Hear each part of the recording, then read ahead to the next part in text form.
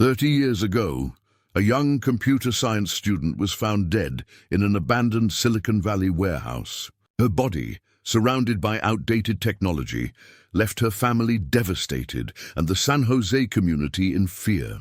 Police suspected a programmer known only by his handle PH Forentum was involved, but with limited digital forensics available in the early 90s, the trail quickly went cold. For 3 decades, the file gathered dust, while her brother, now a cybersecurity expert, never abandoned hope that justice for his sister would someday be served. Then one day, an algorithm designed to analyze cold case evidence revealed critical patterns in old data tapes that everyone had previously overlooked, a digital fingerprint that changed everything and sent shockwaves through Silicon Valley's tech community. Before we jump back in, tell us where you're tuning in from, and if this story touches you, make sure you're subscribed, because tomorrow I've saved something extra special for you. On a foggy March morning in 1991, San Jose was still waking up to the cool mist, characteristic of Northern California springs. Dense fog blanketed the Guadalupe River Park, creating an eerie atmosphere around the old warehouses that dotted the industrial zone. The tech boom was just beginning to transform the region, but many forgotten buildings still stood as relics of an older era. A security guard named Victor Mendez was making his routine morning rounds of an abandoned warehouse complex that was scheduled for demolition to make way for a new tech campus. As he swept his flashlight across the dusty interior of Building 7, something unusual caught his attention. A faint blue glow coming from behind a stack of old shipping crates. Victor moved closer, his heart beginning to race. As he pushed aside a crate, he discovered an old computer monitor, still powered on despite the building's main electricity having been disconnected months earlier. The screen displayed a strange pattern of code, blinking steadily like a heartbeat. A few feet away from the monitor, partially hidden behind an old server rack, he noticed a dark form on the floor. When his flashlight beam illuminated the area, Victor froze in horror. A young woman lay motionless, her body positioned as if she'd been carefully arranged. Around her neck was a twisted bundle of computer cables, and beside her head sat an old analog circuit board, its copper wiring exposed and bent into a distinctive pattern. Victor stumbled backward, nearly dropping his flashlight. His hands shaking, he reached for his radio and called his supervisor. "I need you to call 911 now," he stammered. "There's someone in Building 7. I think she's dead." "Please hurry!" Within minutes, the wail of police sirens pierced the morning fog. Red and blue lights cut through the mist as patrol cars arrived at the abandoned warehouse complex. Detectives Emma Castillo and James Park stepped out of their vehicle, their expressions grim as they surveyed the scene. A team of officers quickly cordoned off the area with yellow crime scene tape.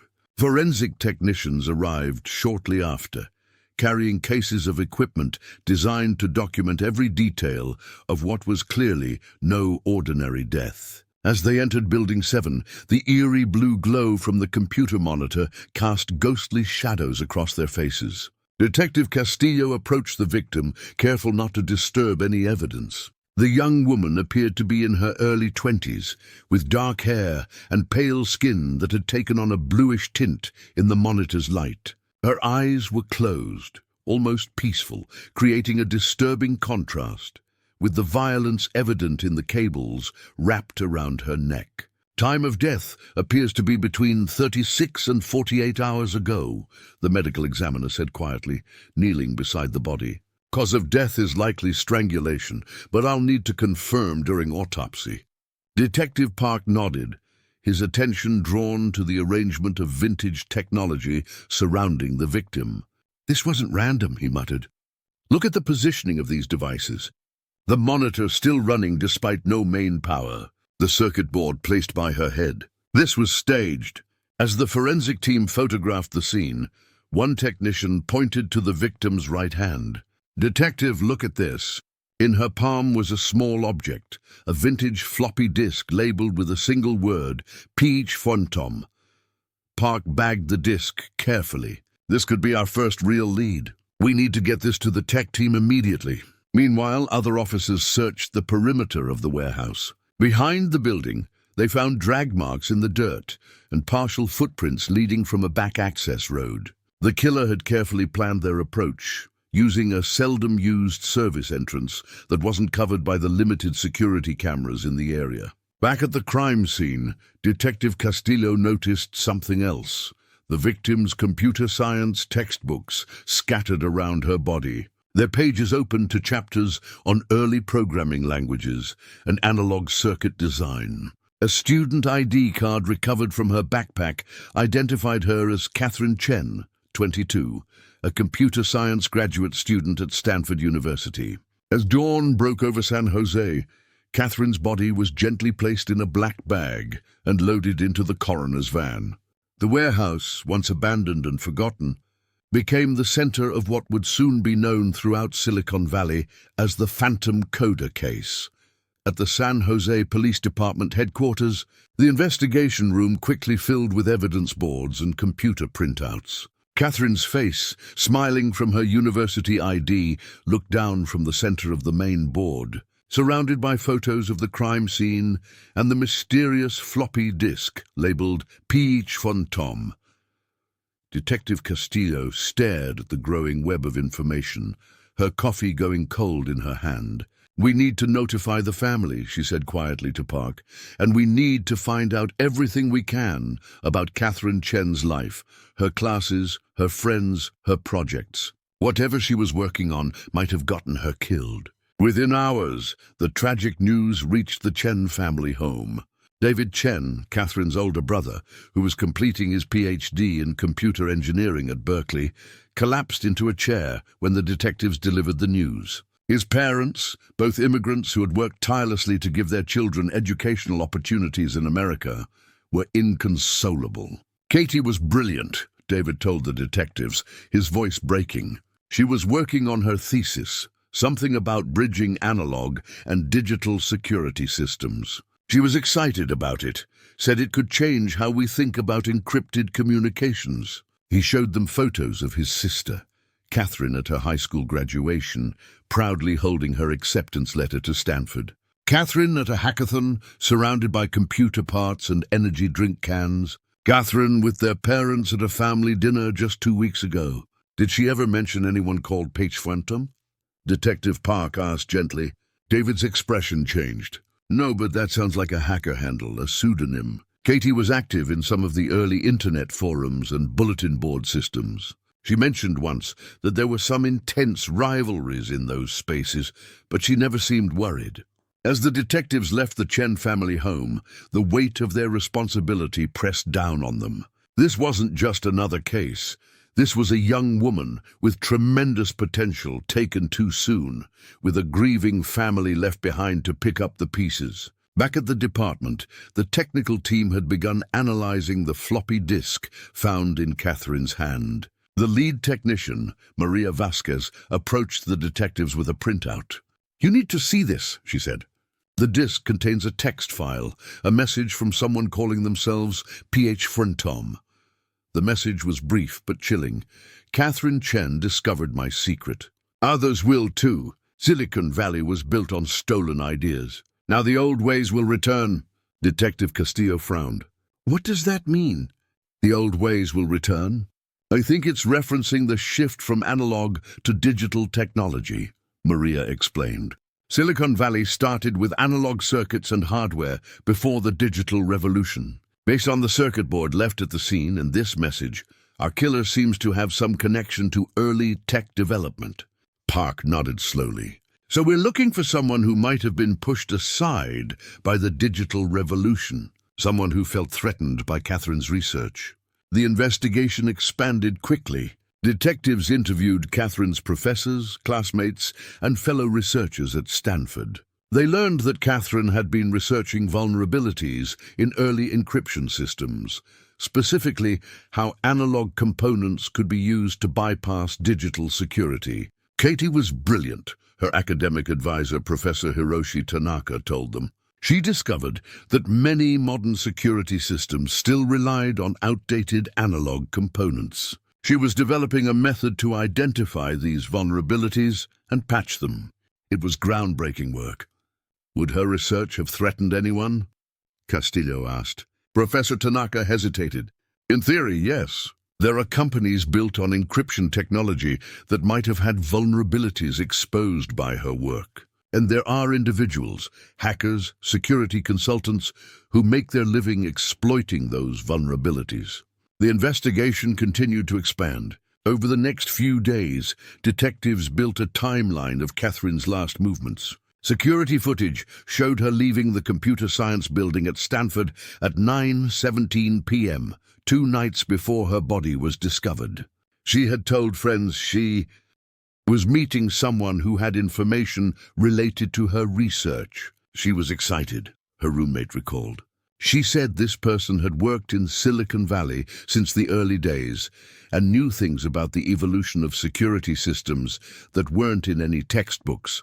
But Catherine never returned to her apartment that night. Her laptop was missing, and her research notes had been wiped from the university servers. Whoever had killed her had also taken steps to erase her work. The detectives followed every lead, but each one seemed to hit a dead end. The hacker community closed ranks, reluctant to speak to authorities. Tech companies denied any knowledge of vulnerabilities in their systems. Former engineers who had worked on analog systems in the early days of Silicon Valley had scattered across the country, many impossible to track down. Preparing and narrating this story took us a lot of time, so if you are enjoying it, subscribe to our channel. It means a lot to us.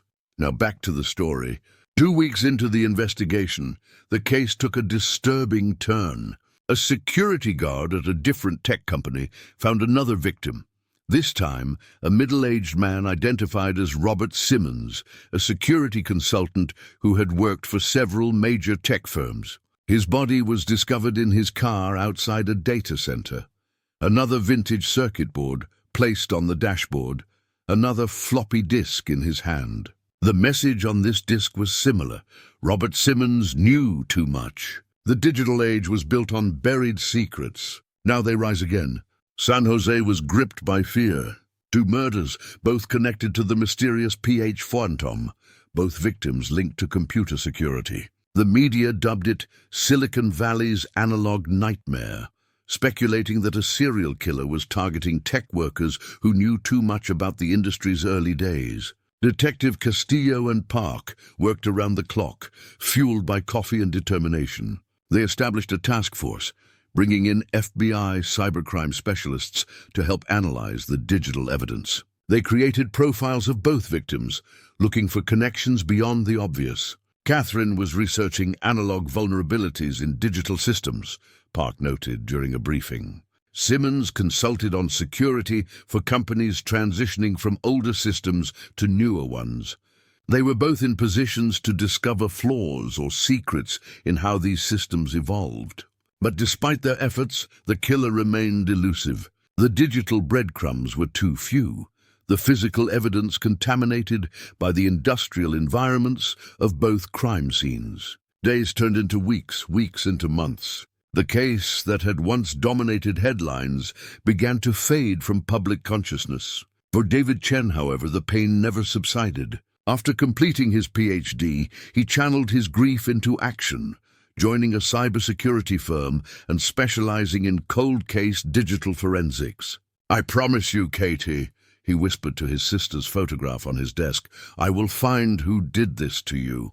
By the summer of 1991, with no new leads and mounting pressure to allocate resources to other cases, the San Jose Police Department was forced to designate the PH Thornton murders as cold cases. The evidence boxes, containing the circuit boards, disk copies, crime scene photos, and interview transcripts, were filed away in storage. Detective Castillo, never one to give up easily, kept a copy of the case file on her desk. We're missing something, she told Park on the day the case was officially designated cold.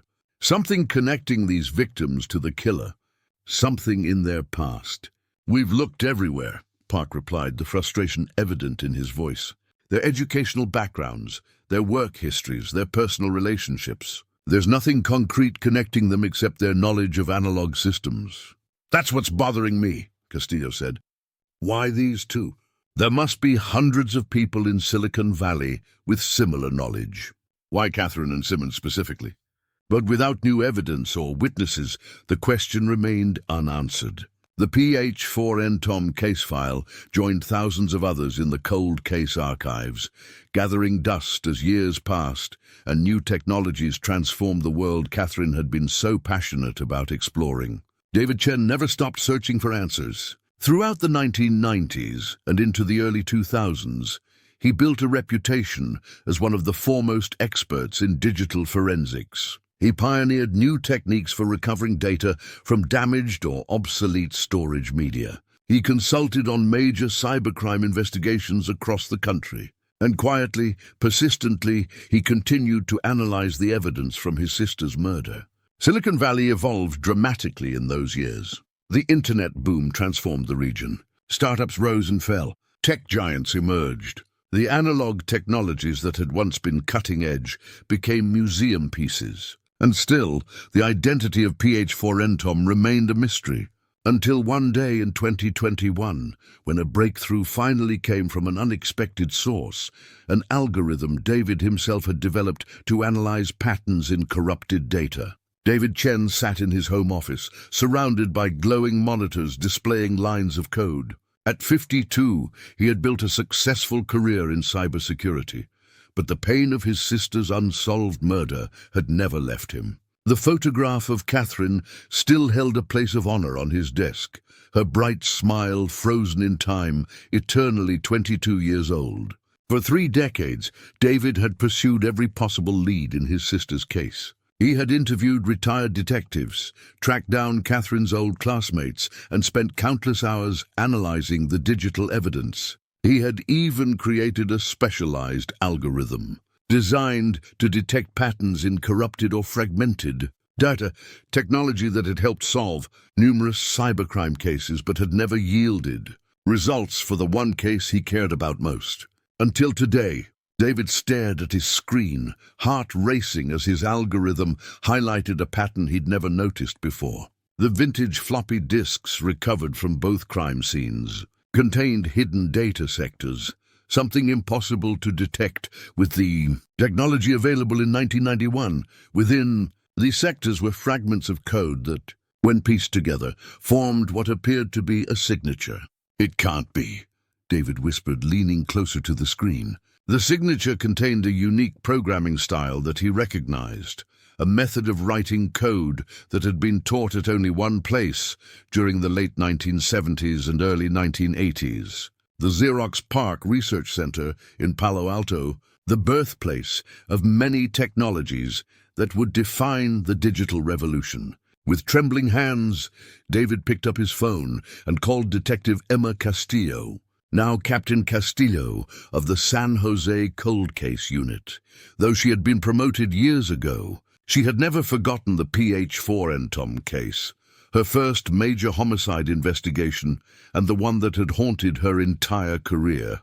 "Emma, it's David Chen," he said when she answered.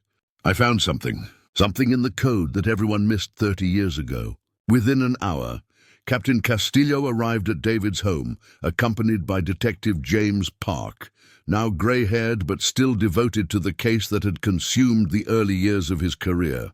The three of them gathered around David's computer as he explained his discovery. The code signature contains specific markers used by a small team at Xerox PARC between 1978 and 1983, David explained, pointing to highlighted sections on his screen. They were working on early encryption technologies, the foundations for what would later become standard security protocols across Silicon Valley. "How did we miss this?" Park asked, leaning in to examine the screen. "You couldn't have found it," David replied.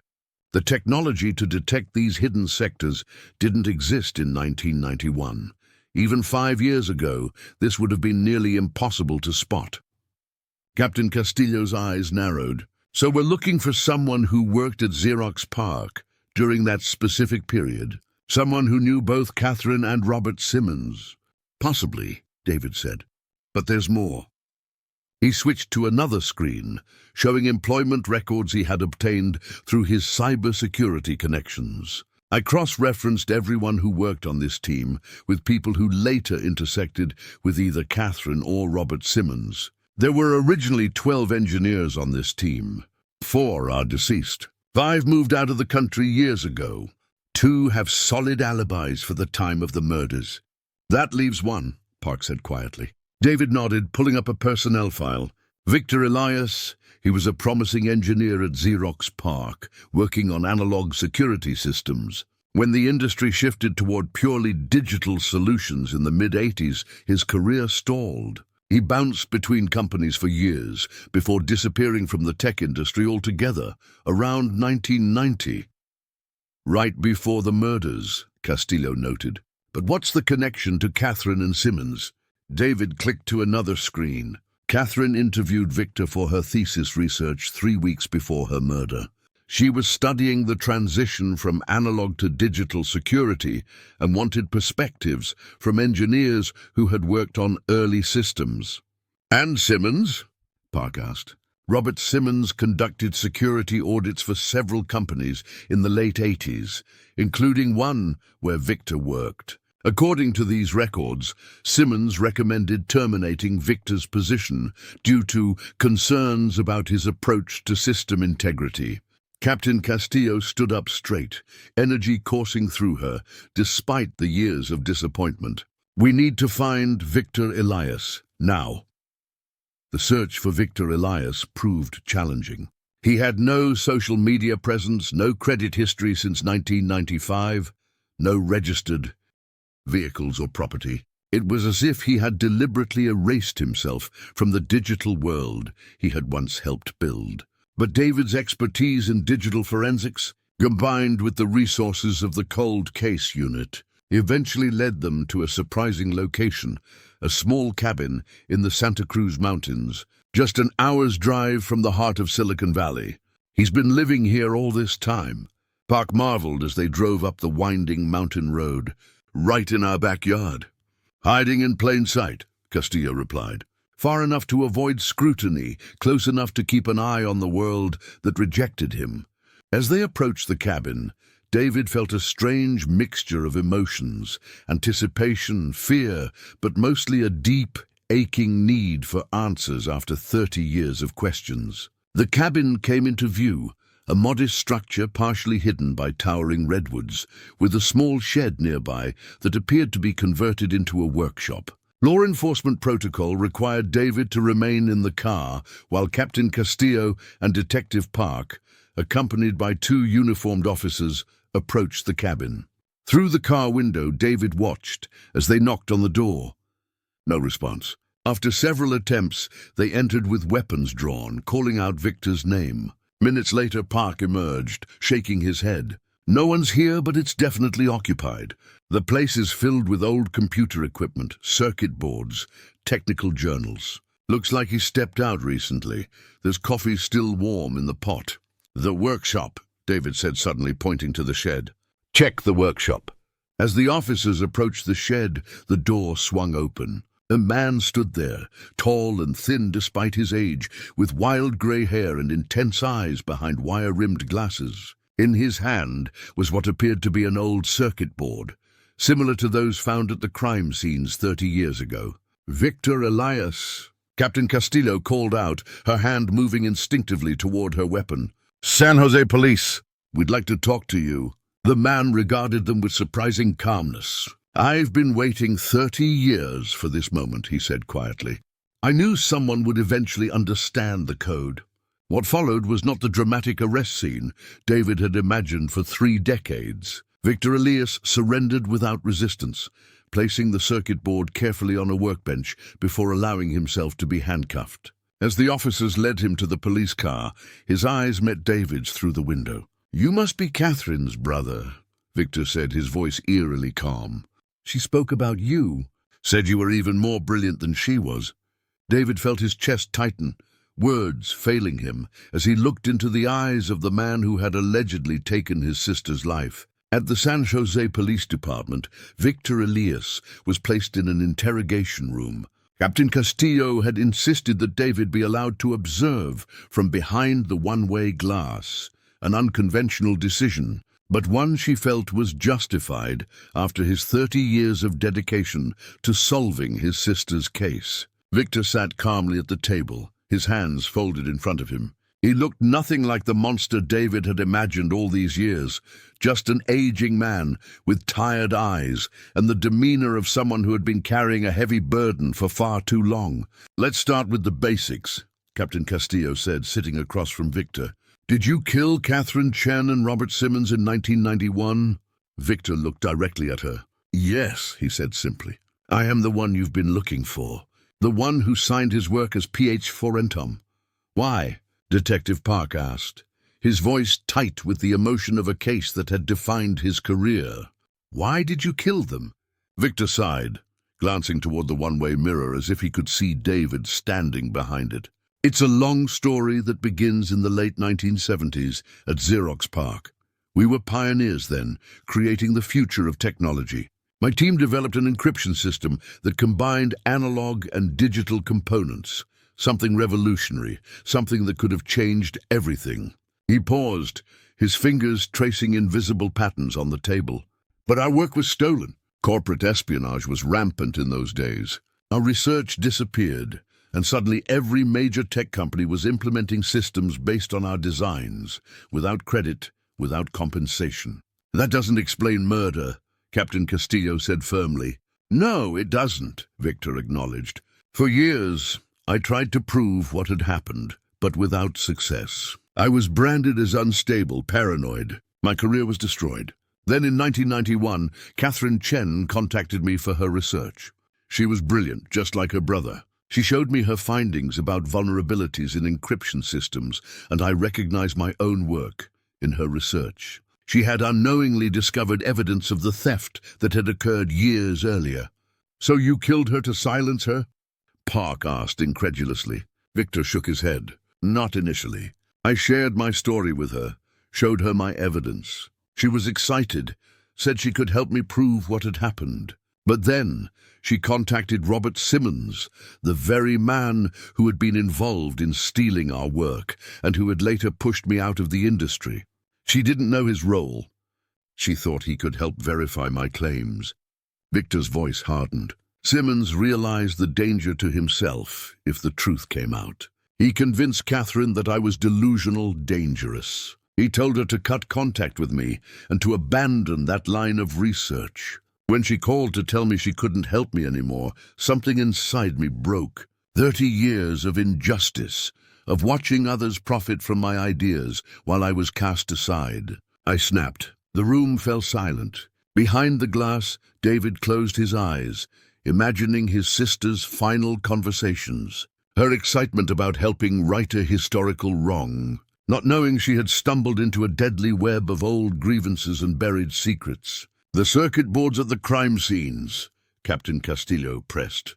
"The messages on the floppy disks. Why leave those clues?" "They weren't clues," Victor replied. "They were signatures. In the early days at Park, we all had unique circuit designs we would use to identify our work, like artists signing a painting. I wanted the world to know that what happened was connected to the past, to the foundations of Silicon Valley built on stolen ideas. The disks contained encrypted messages that I believed would eventually be discovered, revealing the truth about the theft of our research." As the interrogation continued, Victor provided details that only the killer could have known. Specifics about the crime scenes never released to the public, the exact method used to strangle Catherine, the precise wording of messages left on the floppy disks. With each confirmation, the case that had remained open for 30 years moved closer to resolution. Later that day, forensic teams searched Victor's cabin and workshop, finding overwhelming evidence of his guilt. The original circuit board designs, journals detailing his grievances against the tech industry, and even the missing laptop that had belonged to Catherine, preserved like a relic in a specially constructed case. For David, the confirmation of Victor's guilt brought a complex mix of emotions. The relief of finally knowing the truth was overshadowed by the tragedy of his sister's death, not at the hands of a random killer, but because she had simply tried to help someone she believed had been wronged. In the days that followed, David requested a meeting with Victor, a request that was granted only after lengthy discussions with prosecutors and psychological consultants. Under strict supervision, the two men sat across from each other in a small conference room at the detention center. "I've spent 30 years hating someone without a face," David said quietly. "Now I'm looking at you and all I see is a broken man who destroyed lives because he couldn't let go of the past." Victor nodded slightly. "That's an accurate assessment.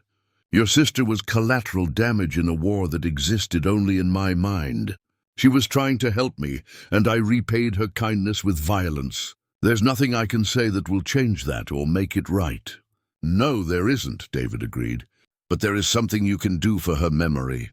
You claim your research was stolen, that foundations of modern encryption were built on your team's work. Prove it. Give me everything you have, every document, every circuit design, every piece of evidence. Let me verify your claims independently." Victor looked surprised. "Why would you do that?" "It doesn't change what I did." "Because Catherine believed you," David replied simply. "About the theft, not about everything else. My sister dedicated her life to finding truth in technology. If there's truth in your claims about stolen research, then bringing that to light honors her work, even if it doesn't excuse what you did to her."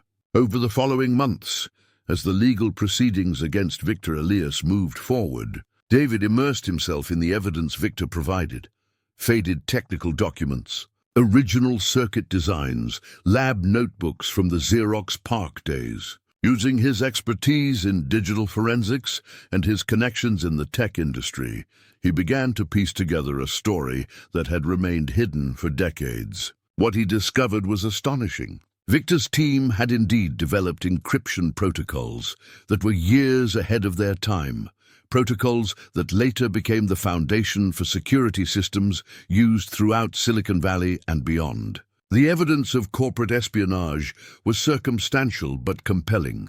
Key researchers leaving Xerox PARC and suddenly implementing nearly identical systems at competitor companies, patents filed with suspicious timing, technical documents with telling similarities. David compiled his findings into a comprehensive report, which he shared with technology historians, digital rights advocates, and selected journalists. The story that emerged, Silicon Valley's Buried Secrets, the untold history of modern encryption, sparked a re-examination of the early days of the digital revolution and the ethical questions surrounding intellectual property in technology.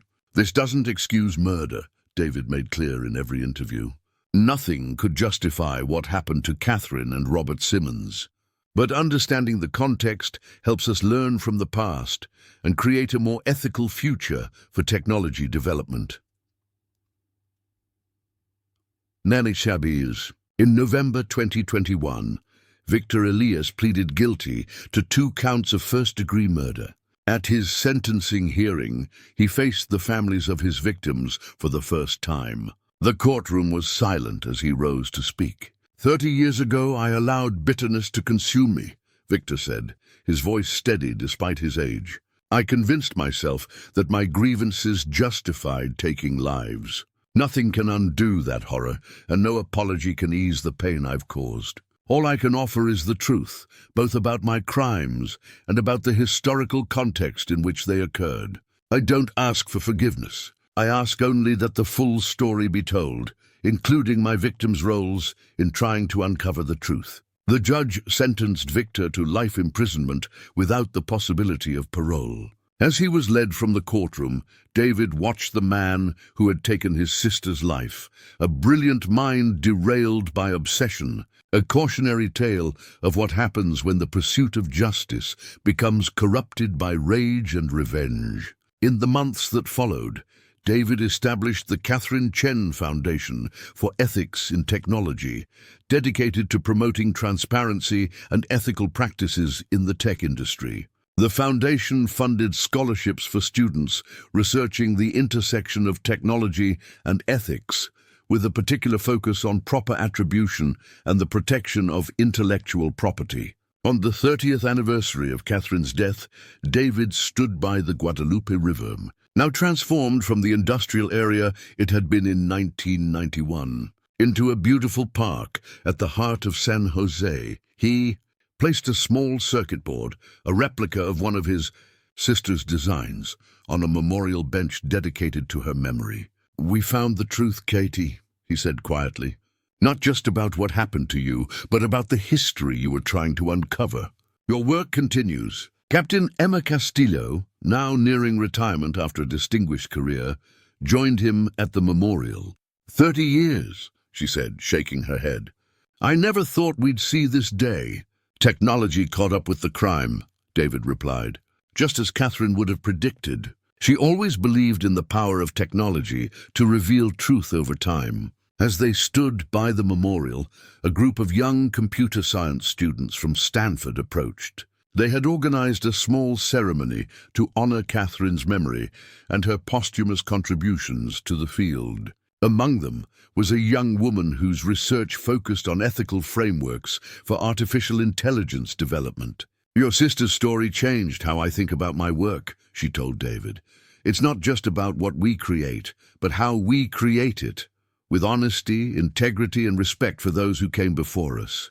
David nodded, feeling a sense of peace that had eluded him for 3 decades. The case was solved, the killer brought to justice, and Catherine's legacy lived on in ways he could never have imagined. Silicon Valley's analog nightmare had finally ended, leaving behind important lessons about the human costs of technological progress and the enduring power of truth to emerge, even after decades of darkness. As the sun set over San Jose, casting golden light across the city that had transformed from the agricultural valley of his childhood into the technological capital of the world, David knew that his sister's story would continue to influence the industry she had loved, not just as a cautionary tale, but as an inspiration for a more ethical approach to innovation. "The future you imagined is here, Katie," he whispered. "Different than we expected, but built on truth. Finally built on truth." The story of the Phantom Coder case and Victor Elias's conviction sent ripples through Silicon Valley. What had begun as a cold case from the analog era had transformed into a cautionary tale for the digital age, a reminder that beneath the gleaming facades of tech campuses and venture capital success stories lay human stories of ambition, betrayal, and the sometimes devastating cost of innovation. For most people in San Jose, the resolution of the 30-year-old murders brought closure. Justice had finally been served. The case files were formally closed, press coverage gradually faded, and the community moved forward. But for those closest to the case, the story was far from over. David Chen found himself facing an unexpected challenge in the aftermath of Victor's conviction.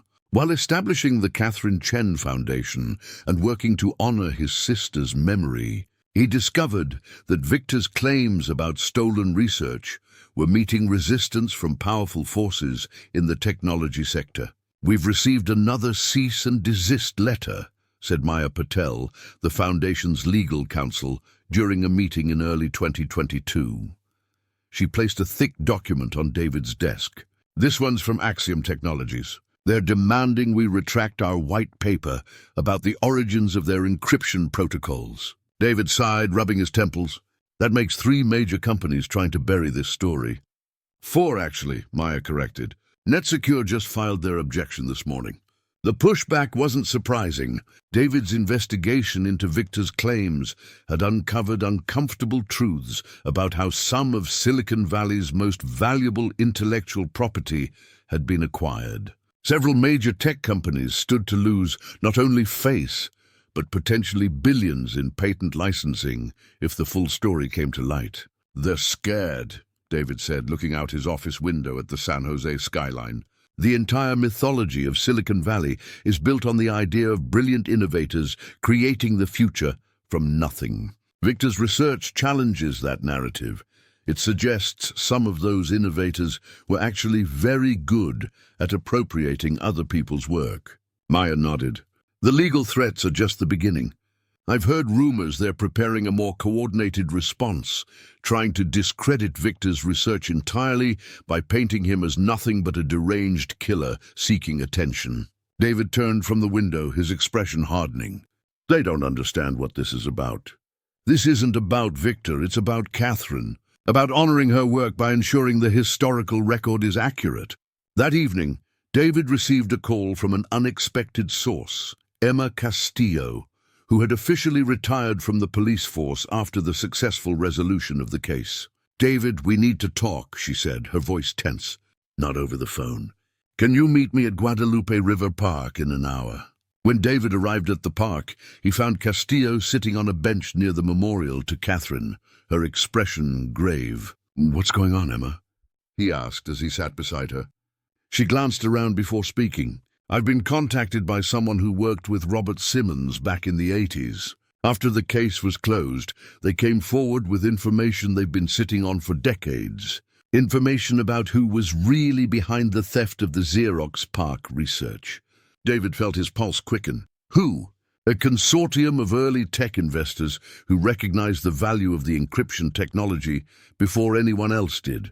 They orchestrated the theft through several layers of cutouts, making it impossible to trace back to them. Simmons was one of their agents. He was paid to identify valuable research and facilitate its acquisition, whether legally or otherwise. Why are you telling me this now? Castillo's eyes met his. Because these people are still powerful, David. And according to my source, they're very concerned about your foundation's research. There have been discussions about how to handle the situation. A chill ran through David despite the warm evening. Are you saying I'm in danger? I'm saying be careful, Castillo replied. These are people who've spent decades building empires on foundations they'd prefer stayed buried. They've already shown they're willing to use legal means to silence you. I'm concerned about what might happen if those means fail. In the weeks that followed, David noticed subtle changes. Cars parked outside his home for hours, then disappearing when approached. Unusual patterns in his email activity, suggesting possible monitoring. Strange clicks on his phone calls. The pressure was mounting, but rather than deterring him, it only strengthened his resolve. If they're this afraid of the truth, he told Maya, then we're definitely onto something important. David's breakthrough came from an unexpected source. Catherine's original research notes, preserved by Stanford University's archives. While most of her work had focused on the technical aspects of encryption systems, she had also documented the historical development of these technologies through interviews with early pioneers. Hidden in these interviews were breadcrumbs, casual mentions of meetings, suspicious timing of technological breakthroughs, and a recurring pattern of researchers being pushed out of companies shortly after developing significant innovations. When combined with Victor's documentation and the additional evidence David had gathered, a clear picture began to emerge. It's not just about one stolen technology, David explained to the Foundation's board of directors. It's about a systematic pattern of appropriation that shaped the entire industry. The same names keep appearing, the same investors, the same executives, the same lawyers, whenever valuable research mysteriously changed hands. The board was divided. Some members argued that pursuing this line of investigation was too dangerous and strayed from the Foundation's primary mission of promoting ethical technology practices. Others believed that exposing historical wrongdoing was essential to building a more ethical future. We can't change the industry's practices going forward if we're unwilling to confront its past, David argued. Catherine died because she stumbled onto a truth that powerful people wanted to keep hidden. The best way to honor her is to bring that truth to light, no matter the cost. After hours of debate, the board voted to proceed with publishing their full findings, not just about Victor's stolen research, but about the broader pattern of intellectual property theft that had shaped Silicon Valley's early development. The report, titled Silicon Valley's Hidden History, The Untold Story of Innovation and Appropriation, was scheduled for release on the anniversary of Catherine's death. David knew the publication would face fierce opposition, but he was unprepared for just how quickly and forcefully that opposition would manifest. 2 days before the scheduled release, the Foundation's servers were hit with a sophisticated cyber attack that temporarily compromised their security systems. The next day, 3 board members received letters threatening legal action against their primary businesses if they continued their association with the Foundation. And the morning of the planned publication, David awoke to find his car's brake lines cut, a clear message that went far beyond legal intimidation. When he called Castillo to report the incident, her response was immediate and firm. "You need protection, David. These people are escalating." Through her contacts in law enforcement, Castillo arranged for security for David and the Foundation's key personnel. She also connected him with a respected technology journalist from the Washington Post, who had experience publishing sensitive stories in the face of powerful opposition. "We need to change tactics," the journalist advised during a secure video call. "Instead of one big report that they can target and suppress, we need to distribute the information widely and simultaneously. Multiple publications, multiple formats, released all at once, so even if they manage to block some channels, the information still gets out." David agreed, and over the next month, they worked tirelessly to prepare for what they called Distributed Disclosure Day. The Foundation's research was packaged into different formats: academic papers for university journals, investigative articles for major newspapers, a series of video documentaries, and a comprehensive digital archive of evidence that would be mirrored on servers around the world. As they prepared for the release, David received an unexpected visitor at the Foundation's offices, a former executive from one of the companies implicated in the research theft, now in his 80s and suffering from advanced cancer. "I don't have much time left," the man said, sitting heavily in the chair across from David's desk. "And I can't take these secrets to my grave. What your sister discovered, what Victor Elias claimed, it's all true. I was in the room when these decisions were made. I watched brilliant researchers pushed aside while others claimed credit for their work." The man provided detailed testimony, names, dates, and even copies of internal documents he had preserved for decades. "This was how business was done back then," he explained. "We told ourselves it was just part of the competitive landscape. But the human cost. I never fully appreciated it until now, facing my own mortality." His testimony became the final piece of evidence, the insider account that connected all the other dots and provided irrefutable proof of what had happened at the dawn of Silicon Valley's rise to global dominance.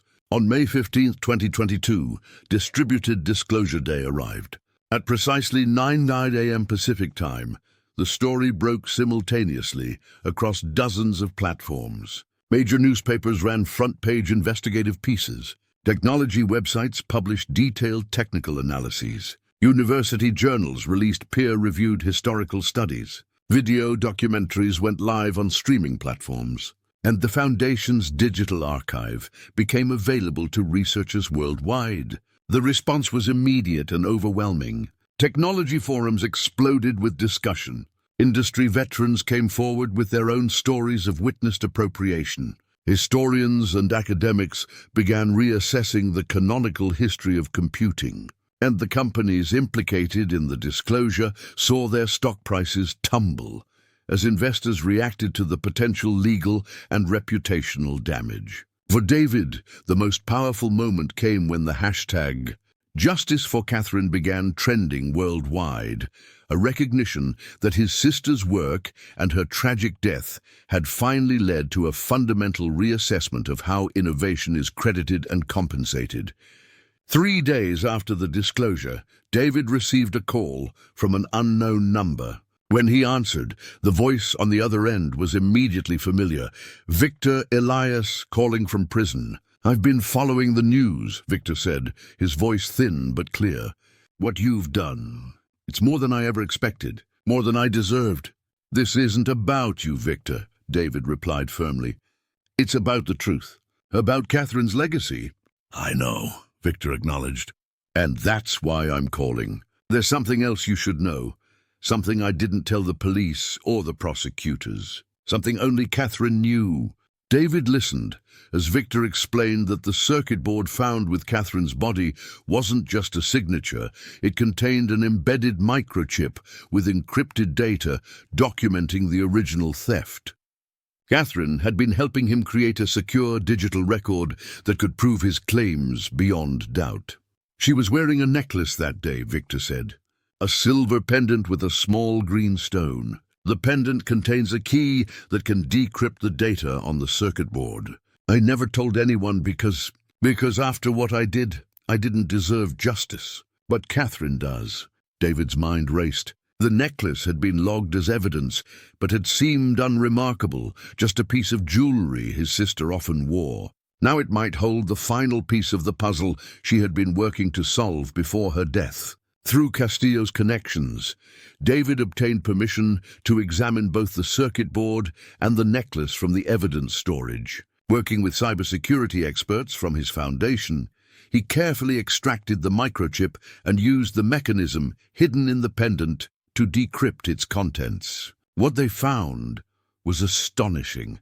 Not just documentation of the theft Victor had described, but evidence of a much larger pattern of intellectual property appropriation spanning decades. Catherine had been building a comprehensive case that would have exposed the systematic theft of ideas that had shaped the entire technology industry. She was trying to right a historical wrong, David realized as he reviewed the decrypted files. Not just for Victor, but for dozens of forgotten innovators whose work was stolen and whose names were erased from history. The Foundation published this final piece of evidence as the Catherine Chen Archives, a searchable database that allowed researchers to track how specific technologies had evolved and who had really been responsible for key innovations. It became an invaluable resource for technology historians, and a powerful tool for contemporary inventors seeking to protect their own intellectual property. 6 months after the distributed disclosure, David received a letter from the president of Stanford University, inviting him to attend a special ceremony. The university was establishing the Catherine Chen Center for Ethics in Technology Innovation, a research institute dedicated to studying and promoting ethical practices in the development and commercialization of new technologies. At the dedication ceremony, David stood before a crowd of students, faculty and industry leaders, many of whom had reassessed their understanding of Silicon Valley's history in light of the Foundation's disclosures. My sister believed that technology could change the world for the better, he told the audience. But she also understood that how we create technology matters just as much as what we create. The choices we make, the credit we give, the respect we show to those whose work builds the foundation for our own, these things define not just the technology we produce, but the kind of society we build with it. After the ceremony, a young graduate student approached David, clutching a well-worn copy of Catherine's original thesis proposal. "Your sister's work is why I'm studying computer science," she said, her eyes bright with passion. Not just the technical brilliance, but the ethical framework she was developing. The questions she was asking about who benefits from innovation and who gets left behind, they're more relevant now than ever. David smiled, feeling a sense of completion he hadn't experienced since before Catherine's death. She would have loved hearing that. More than anything, she wanted her work to matter, to make a difference in how we think about technology. As the years passed, the impact of the Catherine Chen Foundation's disclosures continued to ripple through the technology industry. Several major companies established restitution funds to compensate the original creators of appropriated technologies or their descendants. Universities implemented new ethics requirements in computer science and engineering programs. Venture capital firms developed guidelines requiring transparent documentation of intellectual property origins before funding new startups. Victor Elias remained in prison, his crimes too severe for any consideration of parole. But the research he had conducted at Xerox PARC was finally recognized, and his name appeared alongside his colleagues in revised histories of computing. It was a complex legacy, a brilliant mind whose work had been stolen and who had committed unforgivable acts in response to that injustice. For David, the most meaningful change came in the form of a new tradition at Stanford's computer science department. Each year, graduates received not only their diplomas, but also a small circuit board pin, a reminder of Catherine's work and a symbol of their commitment to ethical innovation. On the 10th anniversary of the case's resolution, David stood once again by the Guadalupe River, now joined by a much larger crowd. The city of San Jose had dedicated a technology innovation center in Catherine's name, a space where young inventors could develop their ideas with legal and ethical guidance to ensure their work was both protected and properly credited. Emma Castillo, now in her 70s but still sharp and determined, stood beside him at the ribbon-cutting ceremony. "I never thought a murder case would change an entire industry," she mused. "But that's exactly what happened." "It wasn't just the case," David replied. "It was Catherine. Even after her death, she kept working, kept pushing for truth and transparency. The evidence she gathered, the questions she asked, they were too important to stay buried forever." As he looked out at the river flowing through the heart of Silicon Valley, David reflected on how much had changed since that foggy morning in 1991, when Catherine's body had been discovered in an abandoned warehouse. The technology landscape had transformed beyond recognition. Smartphones, artificial intelligence, virtual reality, technologies that would have seemed like science fiction 3 decades earlier. But the most important changes weren't in the technology itself, but in how it was created, with greater transparency, more careful attribution, and a deeper commitment to ethical development. These were Catherine's true legacy. Not just the technical innovation she had studied, but the ethical framework she had begun to construct before her life was cut short. A group of high school students approached David after the ceremony, eager to share their projects from the center's inaugural mentorship program. Their eyes shone with the same passion for technology that had driven Catherine, but now guided by a stronger ethical foundation than had existed in her time. "Your sister changed everything," one young programmer told him. "We learned about her in our computing ethics class, how she was trying to uncover the truth about technology history, how that ultimately led to her death, and how you carried her work forward. It made me realize that writing code isn't just about what works, it's about what's right." David smiled, thinking of how much Catherine would have loved seeing these young innovators combining technical brilliance with ethical awareness. That's exactly what she was working toward.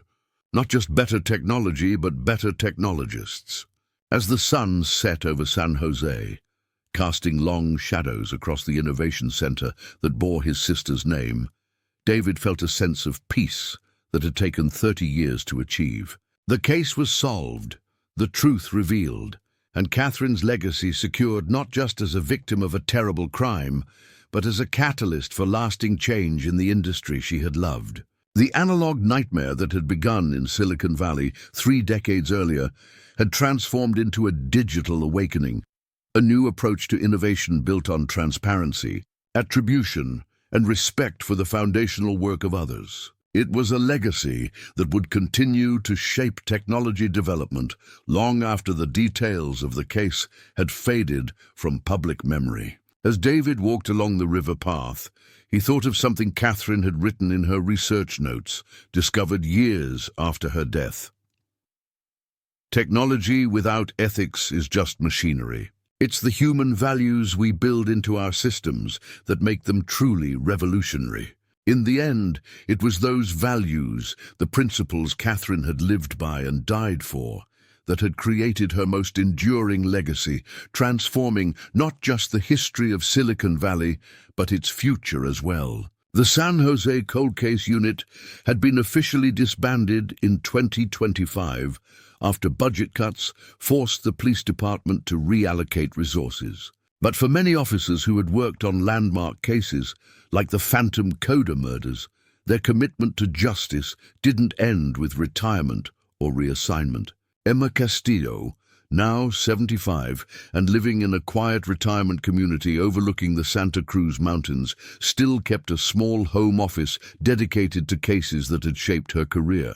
Though Catherine Chen's murder had been solved, the ripple effects continued to fascinate her, how one case had transformed an entire industry's approach to ethics and attribution.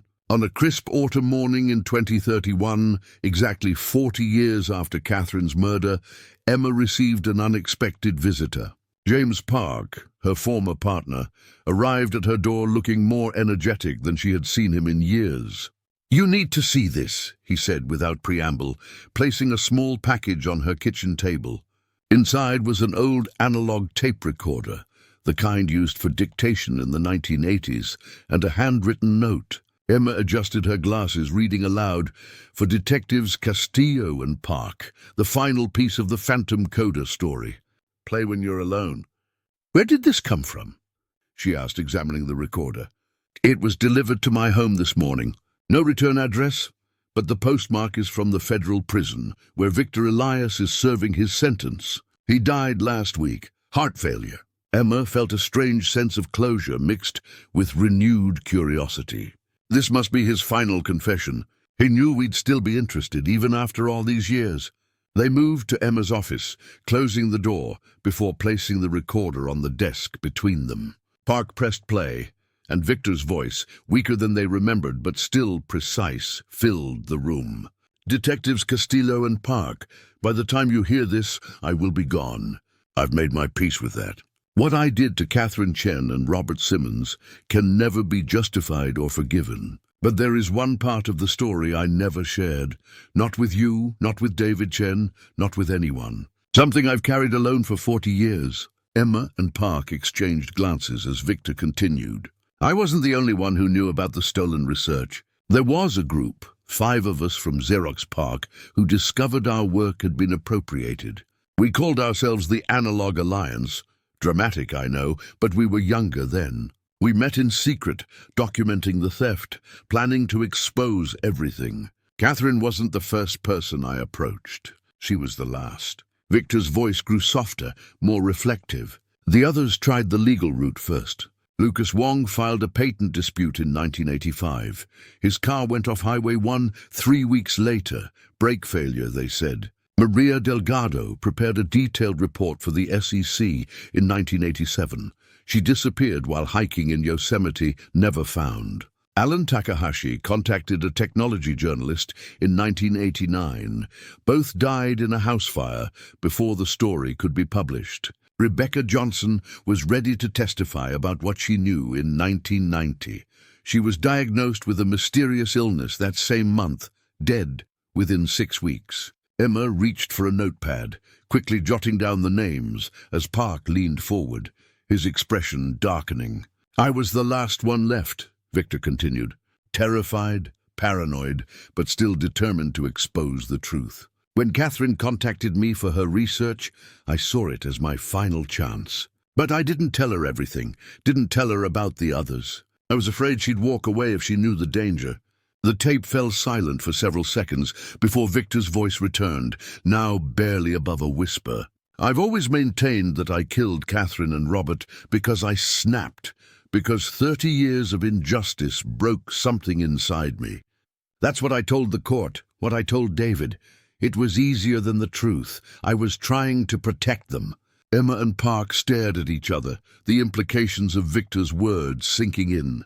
"When Catherine called to say she couldn't help anymore, it wasn't because she believed I was delusional.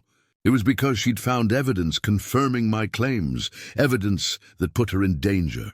Simmons warned her, tried to convince her to drop it. I arranged to meet them both at the warehouse that night. To convince them, we needed to go public immediately, before they became the next victims. But I was too late. Victor's voice cracked with emotion. When I arrived, Catherine was already dead. Simmons was standing over her body on his phone, telling someone the situation was handled. He didn't see me until it was too late. I killed him in a rage, the only murder I actually committed. Emma's hand trembled as she continued taking notes. 4 decades of believing they had solved the case, only to discover they had missed the larger conspiracy entirely. I staged the scene, Victor continued. Left my signature circuit boards, created the persona of Page Forentom. I knew I would be the prime suspect, given my history with Simmons and my connection to Catherine. Better for everyone to believe I was a deranged killer than to expose the truth and put more lives at risk. The people behind this, the tech executives and venture capitalists who built empires on stolen ideas, they had already proven how far they would go to protect their secrets. The recording paused again, the only sound the soft whir of the tape. I'm not asking for forgiveness or understanding. What I did was unforgivable, regardless of my reasons. I'm sharing this now, after my death, because the statute of limitations never expires on murder. The names are in Catherine's encrypted files, the ones David published through the Foundation. Hidden in plain sight, if you know where to look. The key phrase is "Park after dark," where shadows code. David will understand. The tape clicked as it reached its end, leaving Emma and Park sitting in stunned silence. Finally, Park spoke, his voice rough with emotion. After all this time, we never knew the whole story. Emma nodded slowly. 4 other victims before Catherine and Simmons. A conspiracy that reached into the highest levels of the tech industry. And Victor Elias, carrying the burden of being remembered as a monster when he was trying, in his own twisted way, to protect others. What do we do with this information? Park asked. Victor's dead. Most of the people he's implicated are probably dead too, or at least in their 80s or 90s. Emma tapped her pen against the notepad thoughtfully. Justice doesn't have an expiration date. We need to talk to David Chen. David had just turned 60, but he moved with the energy of a much younger man as he led Emma and Park through the Catherine Chen Center for Ethics in Technology. The center had expanded significantly over the past decade, now occupying a modern building in the heart of San Jose's Innovation District. We've got over 200 researchers now, David explained, as they walked through a collaborative workspace filled with students and technology professionals. Every major tech company sends their developers here for ethics training. It's become the standard bearer for responsible innovation. Emma smiled, genuinely impressed by what David had built from tragedy. Catherine would be proud. I hope so, David replied. Some days, I still feel like I'm just carrying forward work she started. I never had her technical brilliance or her moral clarity. They reached David's office, a modest space despite his prominence, with Catherine's photograph still occupying a place of honor on his desk. After they were seated, Emma carefully explained why they had come, playing Victor's final confession. David listened without interruption, his expression unreadable. When the recording ended, he sat perfectly still for several long moments before speaking. I always suspected there was more to the story, he said finally. There were inconsistencies in Victor's confession that never quite made sense. And the phrase he mentioned, "Park after dark, where shadows code," that was something Catherine wrote in her journal. It was a password she used for her most sensitive research.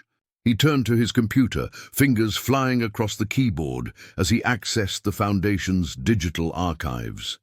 The encrypted files we published. We knew they contained Catherine's research on the stolen technologies, but there were sections we could never fully decrypt. If Victor's password is the key, the screen filled with data as previously inaccessible files opened. David scanned them quickly, his eyes widening. Names, dates, financial transactions, it's all here. Catherine had mapped the entire conspiracy, following money from venture capital firms, through shell companies to offshore accounts that paid for. Oh my God! Emma moved to look over his shoulder. What is it? Contract killings, David whispered. She found evidence connecting specific executives to the deaths Victor mentioned. Lucas Wong, Maria Delgado, all of them. These people didn't just steal ideas. They systematically eliminated anyone who threatened to expose them. Park joined them at the computer. Most of these executives would be in their 90s now, if they're still alive. Some are, David confirmed, scrolling through the files. And their companies, the empires they built on stolen research and silenced voices, are still among the most powerful in Silicon Valley. The current leadership might not know the bloody foundations their success was built on, but they're still benefiting from those crimes. Emma straightened, her investigator's instincts kicking in despite her age. This changes everything. Victor Elias didn't murder Catherine Chen. He covered up her murder to protect others, while ensuring his research wasn't completely buried. Which means, Park added, the real killers were never brought to justice. David stared at his sister's photograph, emotions warring across his face. For 40 years I've believed Victor killed Catherine. I've hated him, then pitied him, then tried to honor the value of his research despite what he did. Now you're telling me he was trying to protect her? That he confessed to a murder he didn't commit? According to his final testimony, Emma said gently. We can't prove it without further investigation, but the evidence Catherine collected supports his claim. David turned back to the computer, continuing to explore the decrypted files. There's so much here. Financial records, communications, even what appears to be recorded conversations. Catherine was building an airtight case. She must have known how dangerous it was. The question is, Park said, what do we do now? The statute of limitations never expires on murder, but gathering admissible evidence after 40 years. We do what Catherine would have wanted, David said firmly. We expose the truth, all of it. Not just the theft of intellectual property that the Foundation has already documented, but the murders committed to cover it up. In the weeks that followed, David worked closely with Emma, Park, and a small team of trusted investigators and journalists to prepare what they called the complete Phantom Coder files. Using Catherine's decrypted research as a starting point, they painstakingly reconstructed the conspiracy that had claimed 6 lives and altered the course of technology development. The investigation faced significant challenges. Many documents had been destroyed over the decades. Key witnesses had died of natural causes. Corporate archives had been cleaned during digital transitions. But Catherine had been thorough, creating redundant records and hiding copies in various locations, some of which had remained undiscovered until Victor's final confession provided the necessary clues. Most crucially, they found Catherine's original audio recordings, conversations with whistleblowers who had witnessed the conspiracy unfold but had been too afraid to come forward publicly. These recordings, preserved on analog tapes similar to the one Victor had sent Emma and Park, provided first-hand accounts of how the analog alliance had been systematically silenced.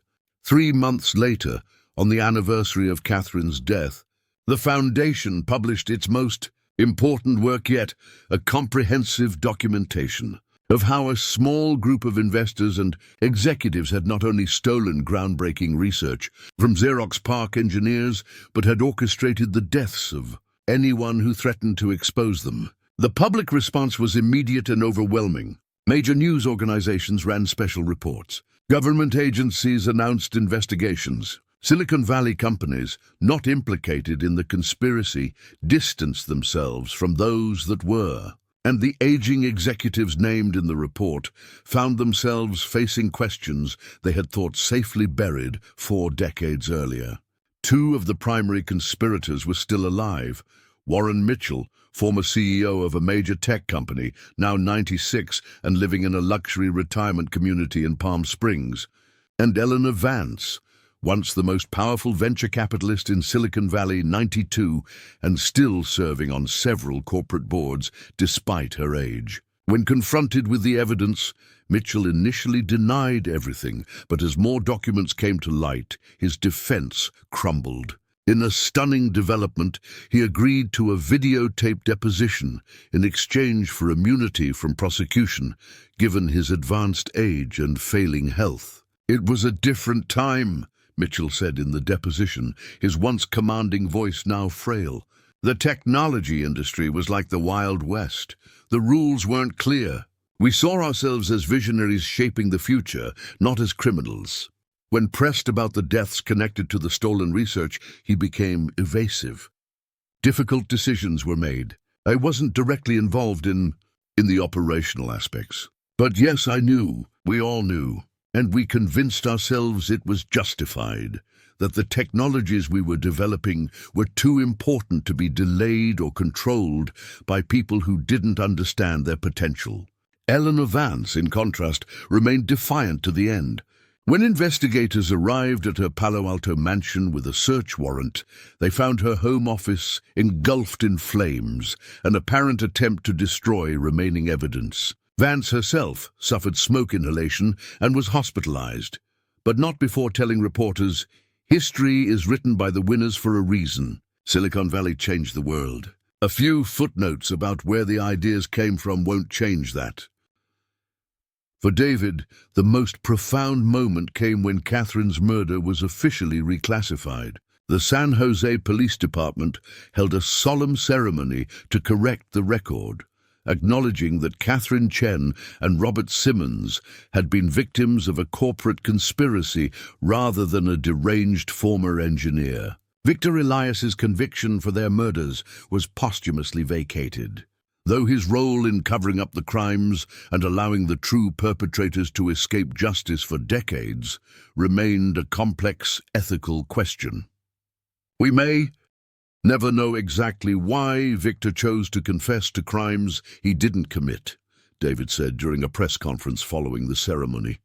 Was he protecting others who might have been targeted next?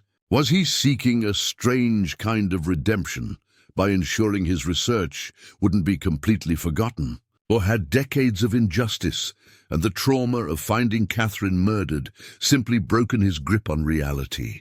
Whatever his reasons, the fact remains that for 40 years we believed a false narrative about my sister's death. Then, as the legal proceedings against the surviving conspirators moved forward, David found himself reflecting on the nature of justice and truth. In a sense, Catherine had finally achieved what she set out to do, expose the hidden history of how some of Silicon Valley's most valuable technologies had been developed, and the extreme measures taken to bury that history. The Catherine Chen Foundation expanded its mission to include what they called technological truth and reconciliation, process designed to correct the historical record about innovation while creating pathways for proper recognition and, where possible, compensation for forgotten contributors to major technological advancements. On the 50th anniversary of Catherine's death, the foundation hosted a memorial that doubled as a celebration of how much had changed in Silicon Valley's approach to innovation ethics. The event was held at the Catherine Chen Center, which had become a landmark in San Jose, a physical reminder of how one person's commitment to truth could transform an entire industry. David, now 70 and considering retirement, stood before an audience that included technology leaders, ethics researchers, and family members of the Analog Alliance engineers who had been silenced decades earlier. 50 years ago today, my sister was killed because she discovered an uncomfortable truth about the industry she loved, he began. For 40 of those years, we believed the wrong story about her death. But Catherine always said that the truth has a way of emerging, no matter how deeply it's buried. Technology evolves, tools improve, and what was once hidden eventually comes to light. He gestured to the audience, where the children and grandchildren of Lucas Wong, Maria Delgado, Alan Takahashi, and Rebecca Johnson sat in the front row, families who had spent decades believing their loved ones had died in accidents, only to learn the truth when the complete Phantom Coda files were published.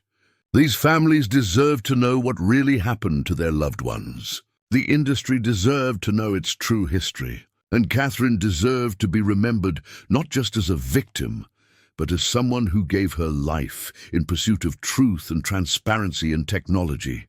Emma Castillo, now 85, and using a wheelchair but still sharp-minded, joined David on stage. "As investigators, we're trained to follow the evidence wherever it leads," she said. "But sometimes the evidence itself is manipulated. The Phantom Coder case teaches us that justice can be delayed, but with persistence and new tools, the truth will eventually emerge." After the ceremony, David walked through the center's museum, which chronicled not only Catherine's story, but the broader history of ethical challenges in technology development. The exhibit had recently been updated to include the full story of the Analog Alliance and the corporate conspiracy that had silenced them. Near the exit, a new display had been installed, a simple glass case containing the original circuit board found with Catherine's body, the silver pendant that had contained the encryption key, and a vintage floppy disk. Beside these artifacts was a touchscreen that allowed visitors to explore the decrypted files Catherine had collected, now preserved as historical documents. As David watched young computer science students engaging with the exhibit, he felt a sense of completion. For 50 years, he had carried his sister's legacy forward, transforming personal tragedy into institutional change. The technology industry would never be perfect. No human endeavor could be, but it had evolved to value transparency, attribution, and ethical development in ways that would have been unimaginable in 1991. "We got there. Katie," he whispered to himself. "Not the way anyone would have wanted, but we got there." Outside the center, San Jose had transformed over the decades into a city that balanced technological innovation with human values, a physical manifestation of the principles Catherine and the Foundation had championed. The abandoned warehouses were long gone, replaced by thoughtfully designed spaces that emphasized collaboration and community alongside technological advancement. David stood at the edge of Guadalupe River Park, now a green corridor running through the heart of the city, and watched the water flow, a reminder that time moves in only one direction, carrying all things forward. The Phantom Coder case, once Silicon Valley's analog nightmare, had ultimately become one of its most important lessons. A reminder that true innovation isn't just about creating new technologies, but about doing so with integrity, transparency, and respect for the contributions of all. As the sun set over San Jose, casting golden light across the city that had transformed from agricultural valley to technological hub, and finally to a more balanced community over the course of a century, David knew that Catherine's story would continue to influence the technology industry for generations to come. Not as a cautionary tale of murder and corporate conspiracy, but as an inspiration for a more ethical approach to innovation, a reminder that the pursuit of truth, however dangerous, is ultimately the only path worth following. Up next, you've got two more standout stories right on your screen. If this one hit the mark, you won't want to pass these up. Just click and check them out. And don't forget to subscribe and turn on the notification bell so you don't miss any upload from us.